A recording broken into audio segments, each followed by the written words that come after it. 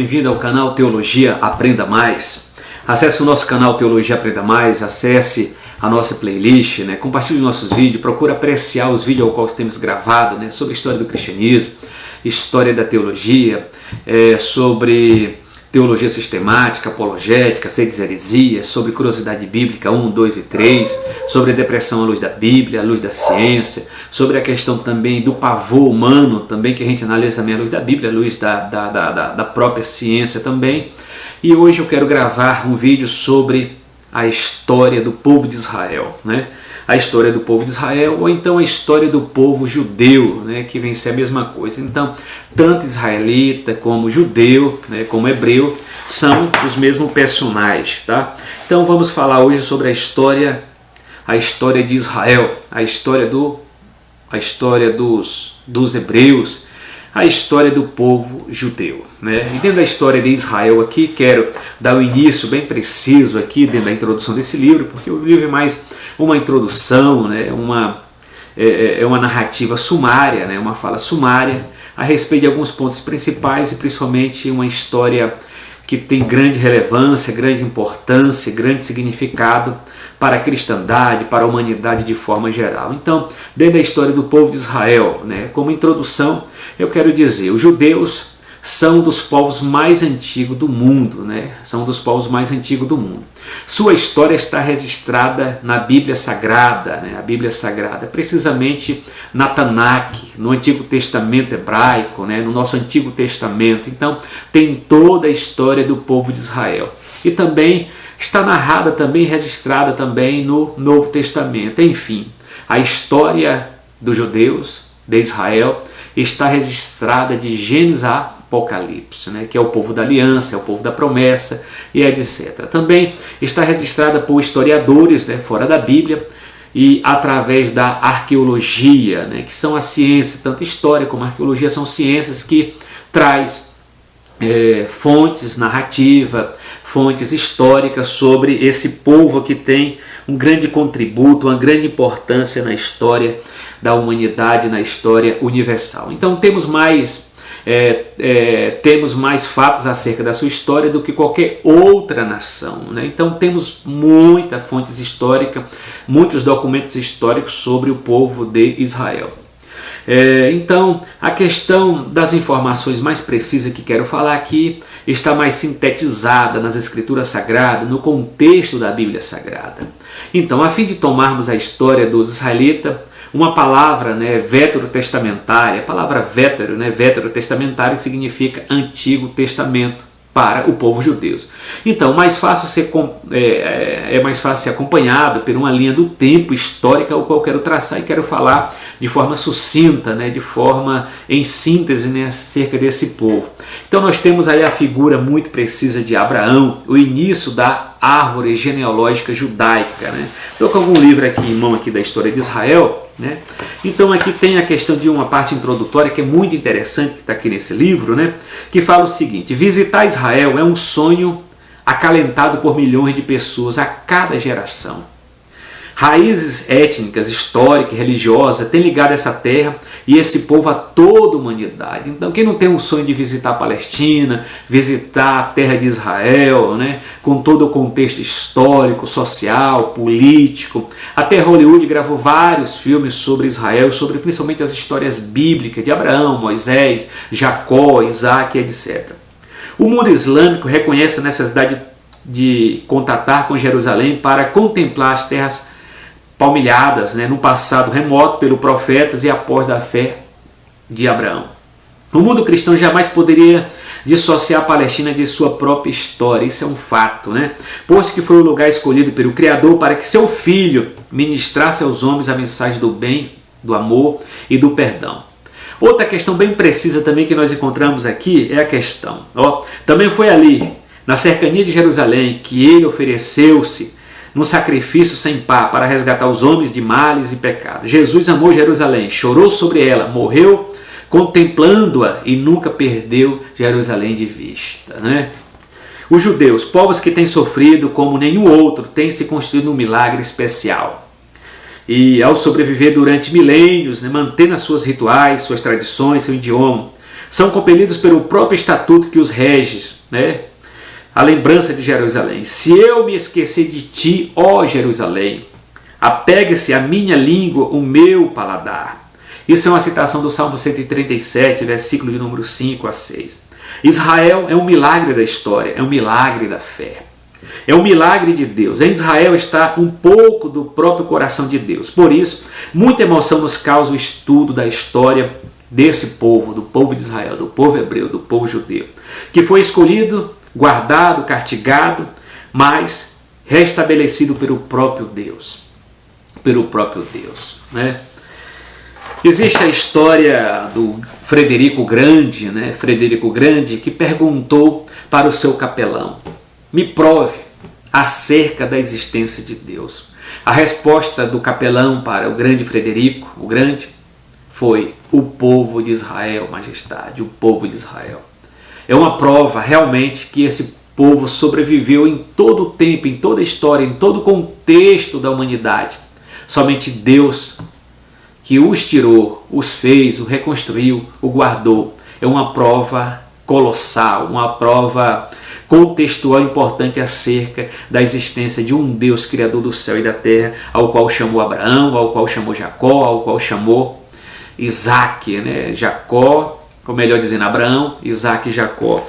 Aliança, né? Então, primórdio da história bíblica. Então, nós temos aqui bem preciso aqui os primórdios da aliança, né? Da onde que esse povo começa. Então, quero ver aqui essa questão muito importante dos primórdios, né? Primórdio da história bíblica, né? Depois do dilúvio, de acordo com a narrativa bíblica, a família de Noé estabeleceu-se na Armênia, uma vez que a viagem descrita em Gênesis capítulo 11, versículo 2, indica o rumo do ocidente para a terra de Sinear, ou seja, a terra de Sumer das antigas narrativas.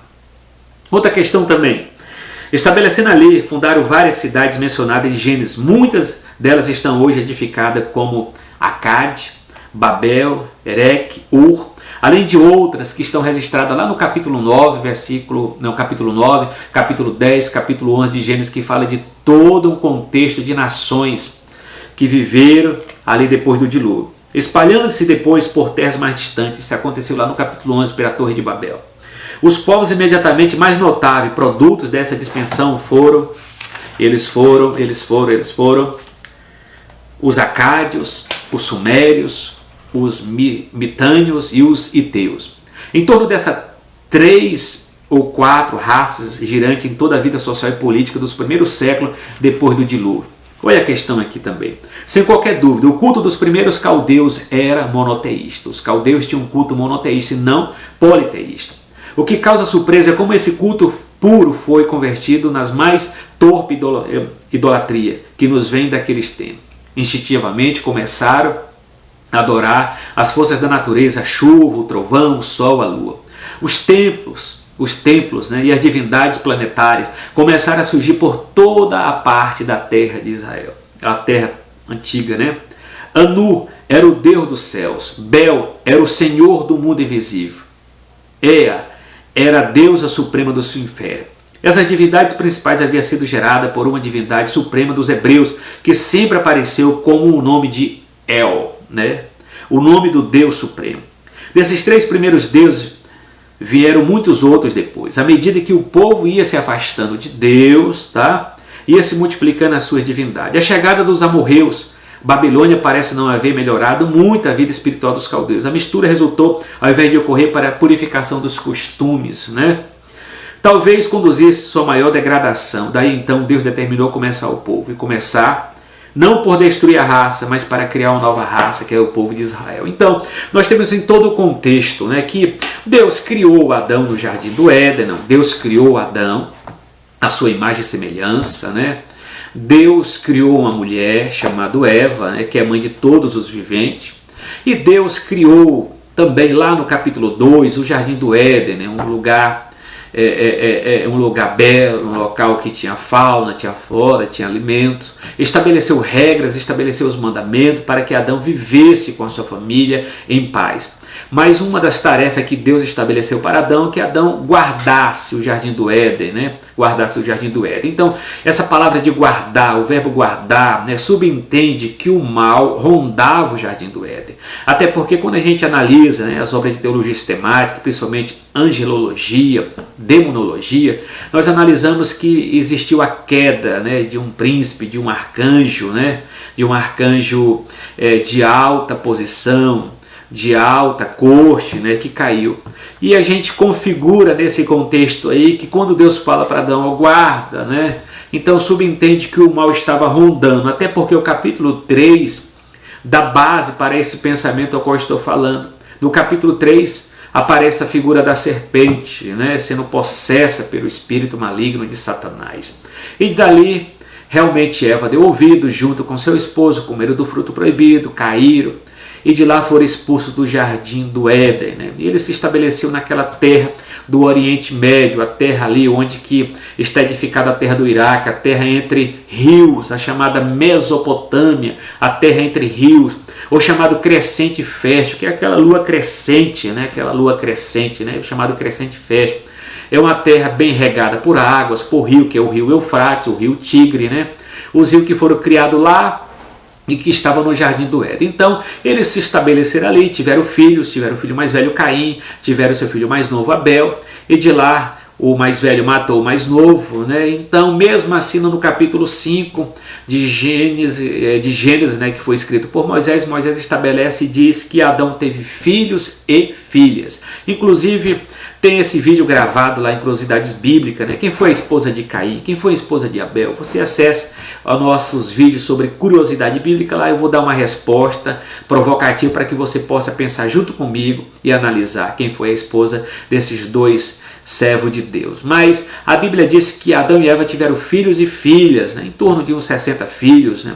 Em torno de uns 33 homens e 27 mulheres. Então a terra foi toda povoada por eles, né? Mas depois da saída de Caim, da morte de Abel, Caim fugiu, estabeleceu em uma terra chamada Terra de Nod, que foi a primeira cidade estabelecida e fundada pelo homem, né? E que recebeu o nome do seu filho chamado Enoque. E de lá ele estabeleceu sua própria descendência, foi com sua esposa, tiveram filhos e filhas, cresceu. Então tiveram a chamada descendência dos caimitas, que são descendentes de Caim. Então na descendência de Caim tiveram os músicos, tiveram os construtores de tendas, construtores de casa. Eles começaram a trabalhar com ferro, começaram a trabalhar com pedras, começaram a trabalhar com todos os minérios e as matérias-primas estabelecidas por Deus ao homem na terra. Mas também de outro lado, depois nasce um filho importante para Adão, chamado Sete. Sete tem um filho chamado Enos, e da descendência de Enos, Sete, Enos, eles começam a invocar o nome do Senhor. Isso está no final do capítulo 4. Então daí nós temos duas descendências. Nós temos a descendência dos filhos do homem, que são as descendências caimita, descendente de Caim, aqueles que vivem o seu bel prazer, aqueles que vivem a sua vida natural, a sua vida mundana. E nós temos a descendência de Sete, que é a descendência dos filhos de Deus, aqueles que invocaram a Deus, aqueles que procuram andar nos caminhos de Deus, fazer a vontade de Deus. Mas o que acontece é que os descendentes, né, de Sete, de Eno, dos filhos de Deus, olharam para as filhas dos homens, né, para as descendentes de Caim, e de lá eles se afeiçoaram e tiveram contato, relações, e de lá tiveram também filhos gigantes, poderosos, mais homens sanguinários, homens violentos, que Deus já realmente abominou aquela ação, condenou aquela ação daqueles homens malvados, porque a terra era cheia de violência. Então Deus decidiu separar uma família, a família de Noé. Foi separada a família de Noé. Noé pregou 100 anos de pregações, porque ele começou com 500 anos na pregação. A construção da arca foi 500 anos, anunciando acerca de um dilúvio. O povo não acreditou. Com 600 anos Deus manda ele entrar na arca junto com a sua família, fecha a porta, e de lá veio o dilúvio e pegou, dragou, consumiu toda aquela descendência ímpia, né, diluviana.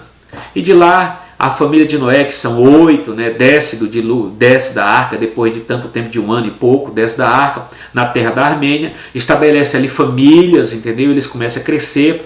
Jafé tem a sua descendência, que são, eles vão povoar a terra, o continente europeu. Sem vai ocupar o continente asiático, asiático, né? E Cã vai ocupar ali toda aquela parte do continente africano, né? Então, toda a descendência da humanidade, os 7 bilhões, 8 bilhões que temos hoje, todos descendem de Noé através dos seus 3 filhos. Então, fica uma questão de uma nota que Noé viveu 350 anos depois do dilúvio. Então, ele morreu com 950 anos. Sem, segundo o capítulo 10 e o capítulo 11, Sem viveu em torno de 600 anos, levando a mensagem do dilúvio para a sua descendência. Então, Abraão, que é a figura, a árvore genealógica do povo de Israel, vem da descendência de Sem, da descendência piedosa, da descendência que veio o povo de Israel, né, que são semitas, que são o povo da promessa e etc. Então isso foi um apanhado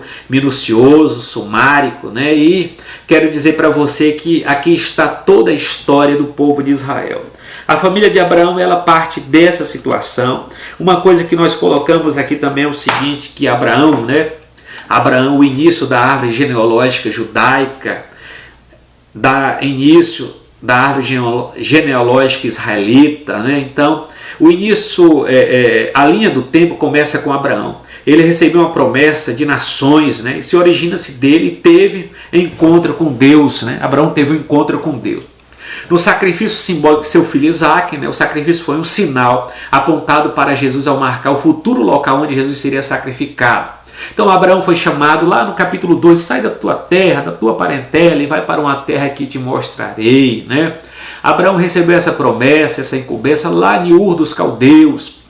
E que a gente for analisar aqui a questão aqui de Abraão, né? Como ele vivia em Ur dos Caldeus,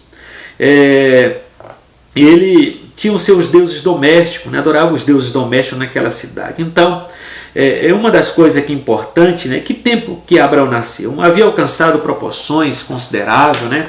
Abraão nasceu possivelmente lá por volta do ano 2160 a.C., depois que a civilização camita ou semita deram ao mundo alguma das suas mais renomadas concepções. Então o pai dele era Terá, né? Ele tinha um filho, um irmão chamado Naor e o outro Arã, né? Então aqui está toda a figura de uma árvore genealógica. Ele foi chamado em Ur dos Caldeus, partiu com seu pai para a cidade de Arã, e de lá o seu pai faleceu. Deus ratifica novamente a promessa, né, acerca da saída dele, da terra dele, da parentela dele. Ele partiu rumo à terra prometida, né, partiu rumo para a terra prometida, e na terra que ele chegou havia fome, né? Quem vai para a Palestina está em torno de 700 a 800 metros acima do nível do mar. Então, quando Abraão sai de Ur dos Caldeus, faz uma caminhada, né, com seus animais, família, em torno de 1.000 a 1.300 quilômetros de distância, uma viagem que duraria em torno de 3, 4, 5 meses, dependendo do percurso, também do tempo, que era a questão que fosse inverno não tinha condição de viajar, né? Questões de verão, tocando com animais, com grande família, e assim Abraão percorreu toda a questão de um caminho rumo à terra prometida. Mas para a surpresa dele, quando ele chegou na terra, a terra havia fome, né? Foi a primeira prova que ele teve com a terra. Então a terra tinha fome e de lá ele teve que partir para o Egito. Então ele subiu para a terra prometida, para a terra da Palestina, né? A terra prometida, a terra da provisão, e quando chegou na terra havia fome, né? Então ele ficou contrariado, subiu, mas depois ele desceu para o Egito, foi para o Egito, e de lá teve a questão dele dizer que Sara era sua irmã, e de fato ela era meia irmã por parte de pai. O faraó acreditou naquela condição, né, que ele mentiu, em parte, mas mentiu, né? E de lá ele foi muito abençoado por Faraó. Mas quando Sara foi colocada no harém de Faraó, que Faraó foi para ter contato com ela, Deus feriu Faraó com pragas, né? Com grandes feridas e etc. E Faraó chamou Abraão e perguntou para ele, e de fato ela era irmã, e de lá os egípcios levaram eles até a saída da cidade-estado, da cidade do Egito, para que eles percorressem novamente o caminho. De lá eles voltaram para a terra prometida, e Abraão levantou novamente um altar ao Deus eterno, Criador do céu e da terra, né? Então aqui nós temos a figura de Abraão, né, que é essa árvore genealógica do povo de Israel, né? Outra questão também que a gente pode dizer aqui, para a questão dos leitores do Antigo Testamento, né? Que língua Abraão chegou falando? Possivelmente, né, ele chegou falando na Palestina o Iteu, né? O Iteu, falando um Iteu que, mesmo pertencendo ao mesmo grupo, era bastante diferente, né? Então, quem era Abraão? Abraão foi diplomata, viajante, capitalista, pois era um homem de grandes recursos, mantendo esse relacionamento com reis, imperadores, tendo ido à guerra contra 4 reis monarcas, como está registrado lá no capítulo 12. Ele é o herói do Antigo Testamento que os estudantes precisam aprender e conhecer. Então, Abraão é a figura, é o nosso pai na fé, tanto para os judeus, que tem eles como descendente, né? E também como para nós cristãos, que Abraão é o nosso pai da fé, exemplo de fé, e principalmente no sacrifício, né, que foi feito. Então, na linha do tempo, em vez, continua quando se os descendentes de Isaac foram escravos no Egito. Esse período de tempo começou quando José, neto de Isaac, conduziu os israelitas ao Egito, onde posteriormente eles se tornaram escravos. Então, só de forma mais assim precisa, Abraão tem um filho Isaac, que é o filho da provisão, mas tem um filho chamado Ismael, que é um filho com H, e de lá tem essas duas descendências. Os árabes descendem de Ismael e os israelitas descendem de Isaac, né? Então Abraão falece com seus 175 anos, morre Sarai também com 127 anos. Isaac, né, é o filho da promessa e da continuidade de toda a promessa de Deus com Isaac. E depois aparece a figura de Jacó e Esaú, que são filhos de Isaac e de Rebeca, né? Jacó, também de Jacó vem os 12 filhos ou 13 filhos por causa de Diná. Ele tem 13 filhos, né? Então são 13 filhos, são 12 patriarcas homens que descendem todo o povo de Israel, né? Jacó, suplantador, agarrador de calcanhar, recebe o nome depois na luta lá no Vale de Jaboque. O anjo coloca o nome dele de Israel, o homem que luta com Deus, príncipe que luta com Deus. Então, daí começa toda a saga, toda a narrativa histórica do povo de Israel. Tem 12 filhos, né? E de lá descende as 12 tribos de Israel, que são seus 12 filhos, 13 filhos. Então essa é a história que a gente pode precisar, e de forma sucinta eu quero dizer, a linha do tempo começa com Abraão. Ele recebeu a promessa de nações, se origina dele, e teve um encontro com Deus, tá? Culminando no sacrifício simbólico de seu filho Isaac. Todo mundo sabe a história de Isaac. O sacrifício foi um sinal apontado para Jesus, ao marcar o futuro local onde Jesus seria sacrificado. Outra questão, na linha do tempo em verde, continua quando os descendentes de Isaac foram escravos no Egito. Esse período de tempo começou quando José, neto de Isaac, conduziu o israelita ao Egito, né? Onde posteriormente se tornaria um escravo, né? Então, outra questão também importante, na época de José teve grande fome, né? Ele foi vendido pelos irmãos dele para o Egito, e de lá ele se torna governador, um grande príncipe do Egito, e de lá a fome varreu toda a Palestina. E o que ocorreu de fato foi que os irmãos de José foram para o Egito comprar comida, e de lá de algum tempo perceberam que de fato José estava vivo, né? E ficaram bastante temerosos, com medo. Mas José falou que o que aconteceu foi providência de Deus. Deus, com a sua suprema sabedoria, conduziu José, e naquele ato soberano conduziu José para que pudesse preservar sua família. E de lá o povo de Israel, Jacó e seus descendentes, foram para o Egito. Jacó morreu, mas não foi enterrado no Egito, foi enterrado na caverna de Macpela, nas terras de Hebron, né, junto com Abraão, Isaac e Jacó, que são seus pais, descansaram lá. Mas os filhos dele depois passaram 430 anos, e de lá aconteceu a chamada escravidão do povo de Israel no Egito, né? Então essa questão é muito importante. Temos a figura de Abraão em torno do ano 2160, depois vem José, aí a questão de Moisés. Moisés, ele aparece aqui, nós vamos colocar Moisés. Os israelitas se tornaram uma nação sobre Deus, né? Sobre Deus, sobre Deus. Então, dentro da questão de José, ou então a questão melhor, falando de Moisés, né? Moisés é muito importante aqui na figura, né? Moisés, ele nasceu no ano 1520, né? Sendo salvo das águas pela a princesa Hatshepsut, que o adotou como filho. Ela não tinha qualquer filho naquele tempo, nem teve depois, e nem se casou com seus irmãos, mesmo casando com seu irmão Tutimose 2 e 3, né? Então nós temos aqui a figura aqui de Moisés. Moisés é muito importante. A gente pode colocar Moisés aqui em 3 tempos, né? Moisés viveu 120 anos, 40 anos ele passou no Egito estudando na universidade. Então no estudo na Universidade do Egito ele aprendeu matemática, astronomia, geografia, ciências ocultas, aprendeu toda a ciência egípcia. É por isso que na mensagem de Estevão, lá no capítulo 7, fala que Moisés era poderoso em palavras e obras, né? Era um grande homem, um grande erudito, que passou seus 40 anos no Egito, né? Aprendendo para ser um futuro faraó.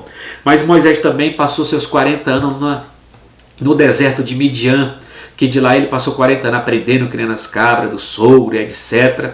E depois vem os 40 anos, que são os 40 anos que ele conduz o povo de Israel no deserto para a entrada da terra prometida, e de lá falece, né? Deus leva ele lá no Monte Nebo, né? No Monte Nebo. Então, é a primeira parte que eu quero falar aqui. Novamente eu volto para falar sobre Moisés. Os israelitas se tornaram a nação sobre Deus lá no Egito. E de lá levanta o faraó que não conhecia José. Shalom, até a próxima.